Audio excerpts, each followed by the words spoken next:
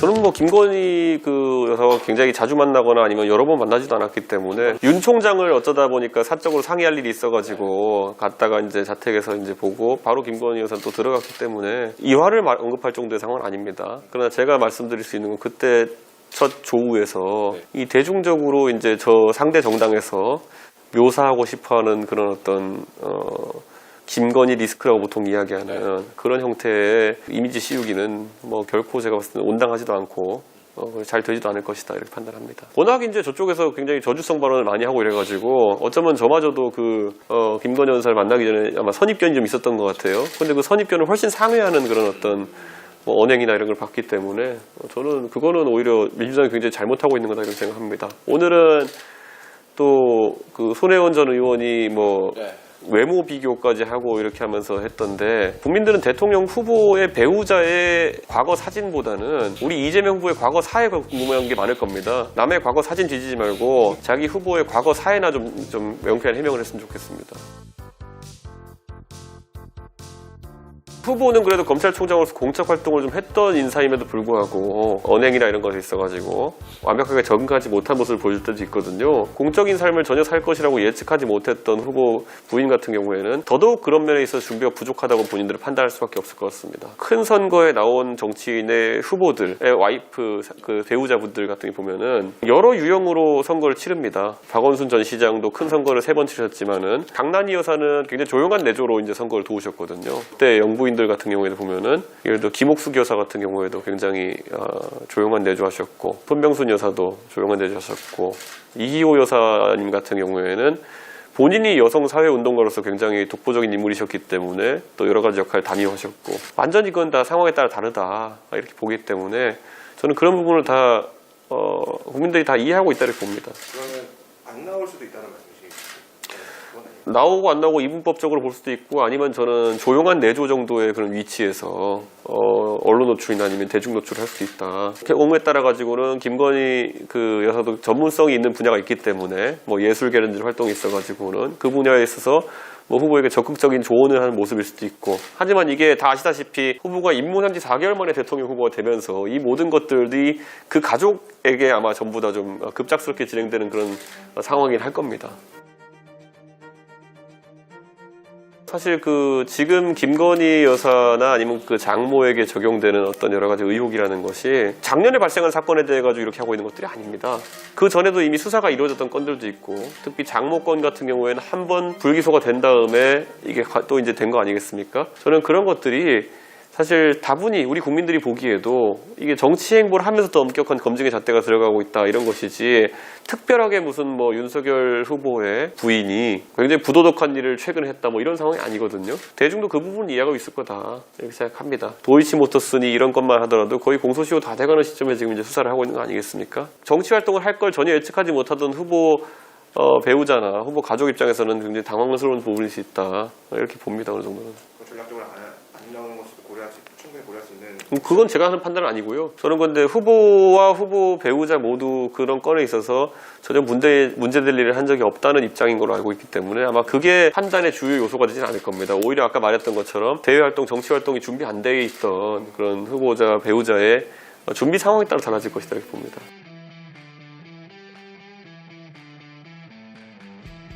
대통령이 8박 미인령이 대통령이 되는 경우는 참 드뭅니다. 항상 어떤 특장점을 바탕으로 국민들이 그 사람 뽑아야 될 지지 이유를 형성하고 많은 사람들이 그 사람을 도와가지고 하나의 대통령을 완성시키고 또 성공한 정부를 만들기 위해서 그 이후에도 노력하는 것이거든요. 우리 후보 같은 경우에는 공무원으로서 검찰 공무원으로서 26년 동안 근무하면서 국민들에게 각인된 장점이라고 하면은 부정부패 척결에 있어가지고는 굉장히 뭐 시스템적으로도 잘 접근할 수 있을 것이다라는 신뢰가 있는 것이고 다만 그러면 나머지 사회 경험 같은 경우에는 정치에 뛰어든 지 얼마 안 됐기 때문에 일반적인 정치인이 가진 사회 경험과는 좀 다를 수 있습니다. 그 부분을 보완하기 위해서 꼭 청년 문제뿐만 아니라 여러 방면에서 우리 당직자들과 또 당의 주요 인사들이 노력하고 있는 것이고 제가 한 가지 말씀드릴 수 있는 건 우리 후보가 학습 능력은 되게 빠릅니다. 빠르게 상황에 적응하고 학습 능력이 있기 때문에 부족한 지점으로 느껴지는 것들도 빨리 보완되고 있다고 생각합니다. 이렇게 생각하면 될 것 같아요. 제가 법조의 연영으로 들어가가지고 막 우리 후보와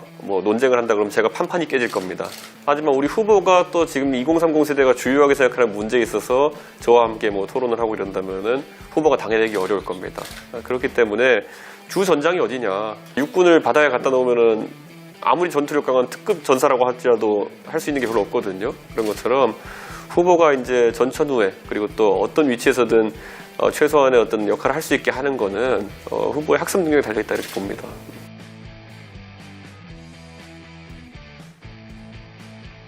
아직까지 많이 부족합니다. 일정을 많이 소화하는 것이 중요한데 아직까지 후보가 그런 타이트한 일정을 소화하는 것에 익숙치 않고 후보가 최근에 보면 지각이 좀 노출된 적이 있었거든요. 어디 행사 같은 데 1시간씩 지각이 노출하고 이런 게 있었는데 후보가 예전에 이제 뭐 검찰총장으로 어디 지청 방문하고 이렇게 또 다니면서 했던 일정이랑 다르게 지금은 후보를 지지한 유권자가 가는 곳마다 인산인해를 몰려듭니다.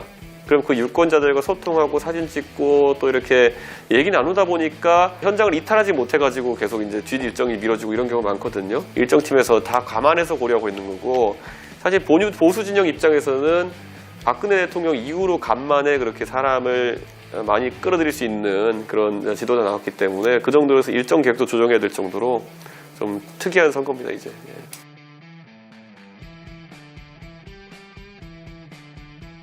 우리 후보가 이제 정치적인 질문에 답변하는 것은 아직 익숙하지 않기 때문에 후보의 진심과 다르게 다른 답변이 나간다든지 아니면 후보가 어떤 정치적인 질문에 담긴 어떤 속뜻을 이해하지 못하고 언론인들이 보기에 불충분한 답변을 한다든지 이런 경우에는 제가 후보와 평소에도 소통을 많이 하면서 그런 걸 보완해야 될 필요성이 있습니다.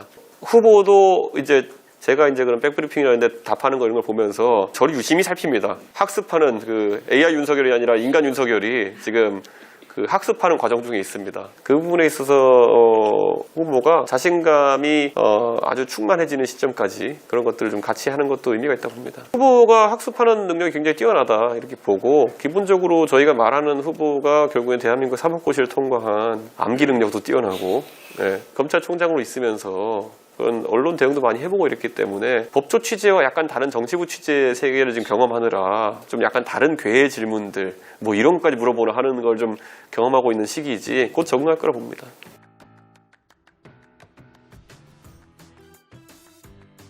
제가 매일매일 규칙적으로 하는 운동이라고 하면은 상계역, 노원역 오르기 그게 다 지상역입니다. 그러면 4호선 끝칸에 타면은 동대문 역사문화공원에서 또 계단을 오르면 2호선이 나타납니다. 그 2호선, 5호선 환승해서 2호선 타고 당산역까지 와가지고 거기서 또 거기 지상역입니다. 내려가가지고 따릉이 타고 국회 들어오기 뭐 이런 게 저의 일상적인 운동이라고 보시면 될 것 같습니다.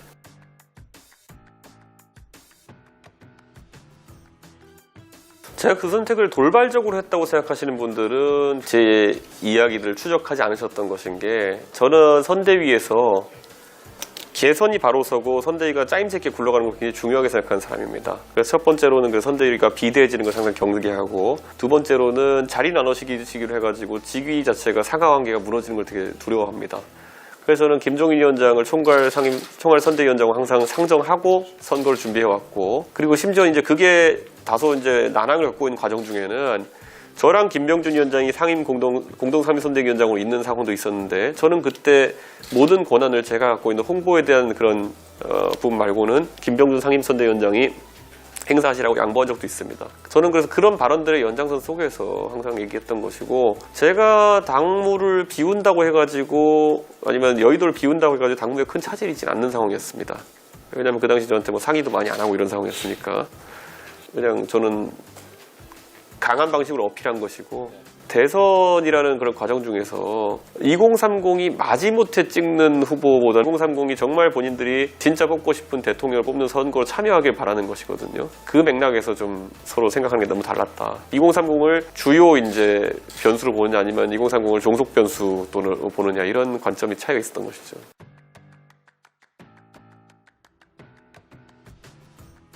이 옛날에 조직 선거 이런 거 하는 사람들은 내가 1000명 데리고 있어 뭐 이런 게 가능해서 뭐 정책 딜을 하고 이렇게 됐지만은 제가 젊은 세대가 바라는 방향으로 살았을 때는 아주 많은 젊은 층이 저를 응원할 것이고 제가 그 방향이 아니게 살면은 또 아주 썰물처럼 빠져나갈 지지율이다 이렇게 보거든요. 그렇기 때문에 이게 물리적 결합의 의미가 없습니다. 그러니까 오히려 제가 가지고 있는 그런 관점이라는 것들을 후보가 좀 받아들이고 그게 이식되어 가지고 진짜 곱셈이 되어 나가야 되는 것이겠죠. 이런 것들이. 그래야지 아마 후보가 2030에 사랑을 받는 정치인으로 자리매김을 완벽하게 할 수 있는 거겠죠. 네. 그 울산에서 화해한 불고기 집이 예. 지금 엄청 예. 성지처럼 예. 매출이 엄청 올랐다고 예. 사장님이 너무 좋아하시더라고요. 예. 그 자리에서 혹시 어떤 대화 좀 하셨는지 좀 들어볼 수 있을까요?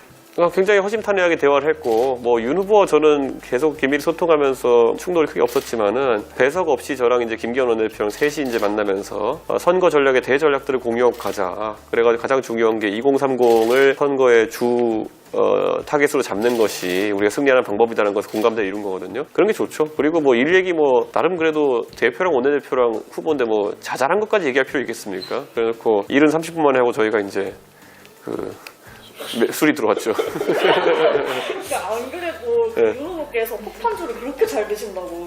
그것만 잘 드시는 게 아닌 것 같은데요. 다 잘 드시는 것 같은데 누가 누구랑 술을 마시면서 허심탄회하게 얘기한다고 하는 것은 술꾼이라서 그런 게 아니라 격없이 대화하자는 의지의 표현이거든요. 그리고 대선 후보라 그러면은 대선 후보를 만나고 싶은 사람이 수도 없이 많습니다. 저만 해도 당대표라고 당대표실 들어앉아 있으면요. 와서 만나겠다는 분 다 만나드리면은 제가 아마 퇴근을 못 할 겁니다. 그럼에도 불구하고 후보가 그날은 이게 지금 우리 선거에서 제일 중요하니 원내대표와 저와 후보가 진짜 밤 늦게까지 한번 제대로 된 대화를 하자라고 선언한 것만으로도 상당한 의미가 있다고 봅니다.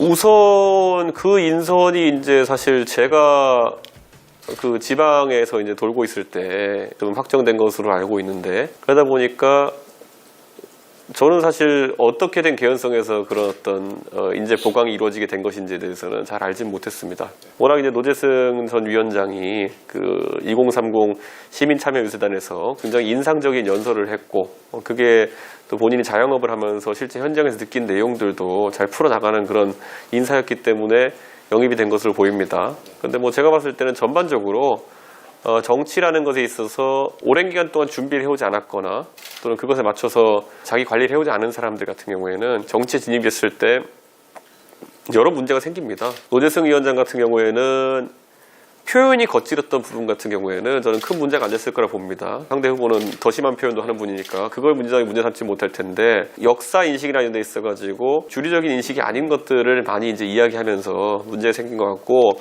노재승 위원장이 초기에 오해를 샀던 부분도 있어요. 왜냐하면 5.18 문제 같은 경우는 굉장히 민감한 문제고 5.18 자체에 대해서 부정적 인식을 갖고 있고 또는 아주 안 좋은 인식을 갖고 있고 주류와 완전 다른 인식을 갖고 있는 경우에는 저희가 굉장히 그걸 우려스럽게 봅니다. 그런데 이번에 노재승 위원장이 주로 5.18 관련해서 했던 발언이라고 하는 것은 5.18에 대해 가지고 어떤 아무리 소수 의견이나 아니면 잘못된 의견이 있다 하더라도 그것을 왜곡처벌법으로 따로 이제 규제하는 것이 옳냐에 대한 부분이었고 그거는 그 입법이 될 때부터 국회 내에서 논쟁이 있었던 사안이기 때문에 그 논쟁 자체가 문제되는 상황은 아니라 봤습니다. 그런데 이제 결정적으로 이제 그 뒤에 나온 다른 어떤 건들을 봤을 때 공인의 신분이 되기 전에 좀 사인의 신분에서 편하게 했던 발언들이 상당히 국민들에게 우려를 낳는 것 같아가지고 노재승 위원장이 스스로 자리를 내려놓겠다는 선택을 한 거기 때문에 그건 존중할 수밖에 없었습니다. 그러니까 기본적으로 인사검증이라는 것이 쉬운 일은 아닙니다. 그리고 저는 원래 캠프를 작게 가져가자 주의자거든요. 제 전당대회 캠프는 극단적으로 3명이 뛰었을 정도니까요. 그만큼 다수의 인사를 짧은 시간 내에 검증해가지고 팀을 짜는 게 쉽지 않기 때문인데 함익병 원장 같은 경우에는 반공적인 인물이었기 때문에 그가 했던 발언이라는 걸 파악하기 쉬운 것도 있지만은 이 노재승 위원장 같은 경우에는 본인도 그러니까 그런 발언을 했던 것을 기억하지 못하거나 보통은 논쟁 중에 상대와 대화를 주고받는 과정 중에서 그런 발언들이 나오곤 하는데 어떤 맥락의 논쟁 중에서 본인이 그런 말을 하게 된 것인지 이런 경위를 파악하는 것도 솔직히 어려웠다는 거죠. 함익병 원장 같은 경우에는 방송 나와서 한 발언이고 그 문제였던 발언할 때 심지어 제가 옆에 앉아 있었습니다. 강적들 방송 거기서 이제 하고 이랬던 것이기 때문에 반공인 또는 방송인의 위치에 있었던 함익병 원장의 발언을 검증하는 것과 완벽하게 사인의 삶을 살고 있었던 노재승 위원장의 삶을 검증하는 것은 절차도 너무 다르고요. 그리고 국민들이 바라보는 관점도 다르다 이렇게 보고 원래 정당이라는 곳이요. 이런 논란이 있을 때 바로 어떤 인사 조치를 즉각적으로 하고 이런 것이 어쩌면 가장 하기 쉬운 일일지도 모르겠어요. 예, 그리고 저만 해도 보통 그렇게 제 의견을 바로바로 피력하는 편입니다. 결국엔 노 위원장이 본인이 결단을 내려가지고 자진 사퇴를 하게 됨으로써 저는 뭐 나쁘지 않은 모양새를 마무리였다고 생각합니다. 어쨌든 근데 2030을 상징하는 공동선대위원장 자리는 일단 공석이 공석이라 저는 비얘기 됐잖아요. 뭐 제가 있는데 뭐 따로 필요 있겠습니까? 그게 지난 전당대회를 보면은 이준석은 홍보의 규제입니다. 제가 뭐 자기 잘난 척 하려는 게 아니라 정치에 있어서의 홍보라고 하는 것은 때로는 굉장히 투박하기도 하고요. 굉장히 안 예쁜 그림이 나오기도 하고요. 정말 그거는 표를 얻어오는 활동입니다. 부산 갔을 때 저희 당 홍보국에 제가 지시해서 준비했던 그 빨간색 후드티에 노란 글씨라고 하는 거는 디자인적인 관점을 놓고 보면은 예쁘진 않죠. 예, 근데 그게 홍보가 아닙니다. 국민들에게 어떻게 각인시키느냐, 어떻게 메시지를 전달시키느냐, 이게 정치에 있어서 홍보의 주요 지점이고, 저도 방송 생활을 오래 했지만은 나간 것들 중에 웃기는 방송도 있었고요. 정보 전달하는 의미의 방송도 있었고, 제가 뭐 돈 벌러 나간 방송도 솔직히 있습니다. 근데 그 때와 상황에 맞게 여러 가지 무기를 써가는 것이 중요하다 이렇게 보는 것이고, 그 김영희 PD라는 분도 영상 제작자로서 그렇게 프로그램 제작자로서의 명성이 높은 분일 텐데 그것은 정치 홍보에 있어가지고 1할도 안 되는 영역입니다.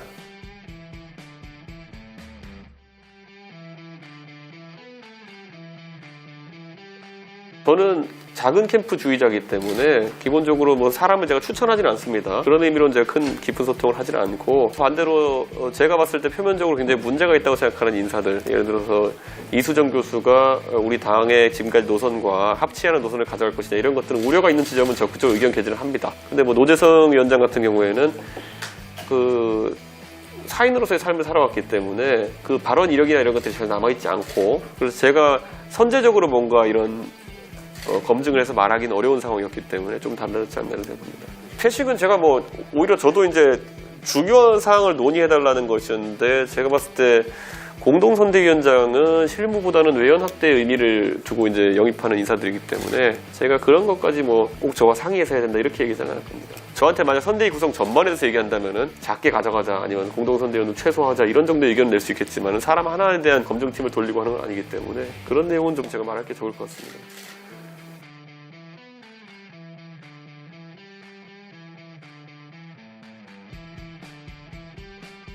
어제 제가 이수정 교수 그 식사 자리에 모셨어요. 한번 보면서 어떤 관점을 갖고 있는지, 또 그리고 앞으로 어떻게 활동하실 건지 얘기를 들어보고, 우리 당의 방향성이 그래도 한 1년 가까이 저희가 젊은 세대와 소통하면서 가져왔던 방향성이기 때문에 그것을 어쨌든 개인적인 의견과 너무 충돌시키지 않았으면 좋겠다, 그런 정도의 말씀을 드렸고, 이수정 교수도 이제 당인이 된 이상 사실 당에 지켜야 될 것들이 있거든요. 그래서 그거는 명확하게 하고, 언론에서의 이수정 교수의 모습이라고 하는 것은 결국 본인이 아주 유명한 어떤 프로그램에서 자주 출연하면서 얻은 그거라는 거는 생각보다 수동적인 위치입니다. 언론에서 이수정 교수는 특정한 발언을 하고 특정한 어떤 역할을 기대하기 때문에 모셨던 것이고, 다만 정치 영역에 뛰어드는 순간부터 굉장히 다양한 이슈에 발언을 해야 되는 것이고, 때로는 옳고 그름이 아니라 곤란한 상황도 겪게 되는 것이거든요. 예를 들어 이수정 교수가 당에 들어오자마자 그 김병준 위원장의 다소 실언, 전투복 브로치 이런 것에 대해서 평가해달라는 요구를 받았을 때 굉장히 곤란한 상황이었을 겁니다. 그런 면에 있어가지고 본인의 소신과 전문성을 살렸으면 좋겠다. 그 발언이 부적절하다는 것은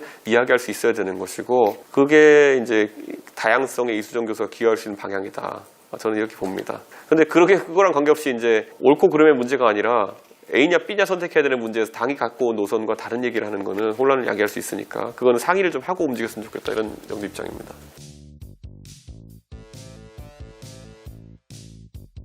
이제 너무 분장이 아니라 김종인 위원장이 사실상 그립을 강하게 잡았다라고 보는 게 맞지 않을까요? 그리고 김병준 위원장도 워낙 이제 지방자치나 이런 쪽에 전문성이 있는 분이고 하기 때문에 이를 찾아내는 그런 기관이 아닌가, 그런 생각을 합니다.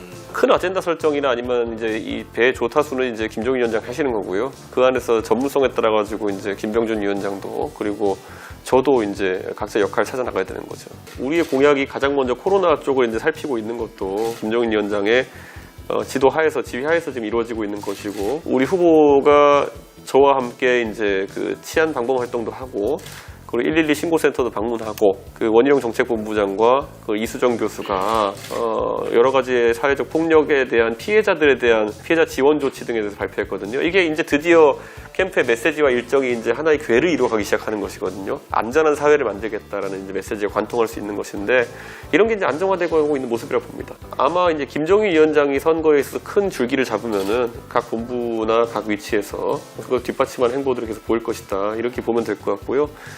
그렇다고 그러면 후보가 그 자리에서 빠져 있느냐라고 보기에는 저는 김종인 위원장과 후보는 이미 영입되기 전부터 상당한 소통 과정을 통해 가지고 이견을 조율하고 있었다 이렇게 확인해 드릴 수 있을 것 같습니다.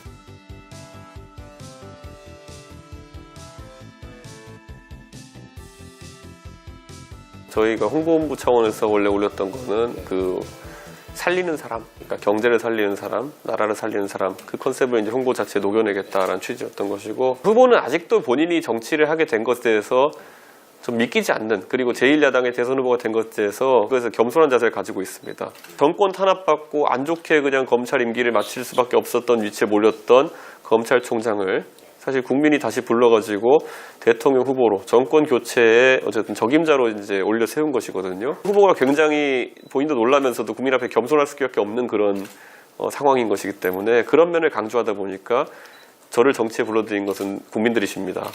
라는 것을 표어로 삼는 것 같습니다. 홍준표 대표도 지적을 한번 하셨잖아요. 그럼 들어가려면 들어갈 거냐. 들어가라면 낙선하는 거죠. 지금 상황에서는. 근데 저는 이렇게 생각합니다. 국민이 불러냈다는 건요. 우리 국민이 냉정하게 평가한 겁니다.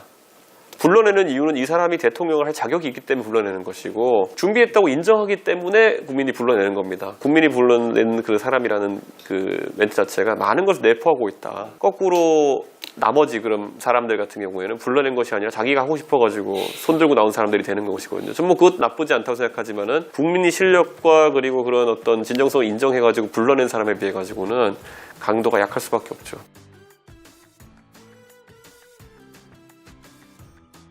제가 전당대회에 나가겠다고 결심한 게 전당대회 한 달 전쯤이었거든요. 한 달 반 전쯤. 그 전에 그러니까 전혀 고민 안 했었고. 근데 제가 할 수 있다는 생각과 제가 왜 해야 되는지만 명확하면은 저는 언제든 뛰어듭니다. 근데 저는 우리 윤석열 후보를 대통령으로 만들고 난 뒤에 하고 싶은 게 너무 많아요. 근데 그 중에 대통령이라는 직위는 지금 고려 상황이 전혀 아닙니다. 어떤 재밌는 일을 하고 싶으냐에 대한 관심이 많고 이미 할 거 막 줄줄이 이제 놔뒀거든요. 예를 들어 다시 당대표 일상으로 돌아가게 되면은 선거가 아닌 기간 당대표 일상이 되면은 저는 당의 전산 시스템부터 한번 개혁해보고 갈아엎고 싶은 것도 있고요. 당의 이제 인재풀을 관리하는 방식 같은 것도 한번 새롭게 정립해보고 싶고 굉장히 많습니다. 오늘도 제가 이거 찍기 전에 공직 후보자 기초 자격시험 강의 영상을 찍고 왔거든요. 당대표가 돼가지고 그 안에서 할 수 있는 거 무수히 하는 게 중요한 거지 정치적으로 얼마나 높이 올라가느냐 때문에 예를 들어 대통령을 하고 싶다 이런 것 때문에 짰다고 하면요. 저 지금같이 안 삽니다. 반대로 가고 있는 거죠. 보통 대통령이 다음에 되고 싶은 사람이라 그러면은 공직 후보자 자격시험 같은 거 왜 만듭니까? 기존 조직 화나게 할 수 있는 그런 걸 왜 합니까? 기존의 당원들 화나게 할 수 있는 거 왜 합니까? 안 하고 좋은 게 좋은 건지 해야죠. 근데 제가 바꾸고 싶은 대한민국은 그런 게 아니기 때문에 당대표도 나름 힘 있는 자리거든요. 그 힘이 있을 때 제대로 해가지고 제 역할 내에서 권한 내에서 성과를 내고 싶습니다.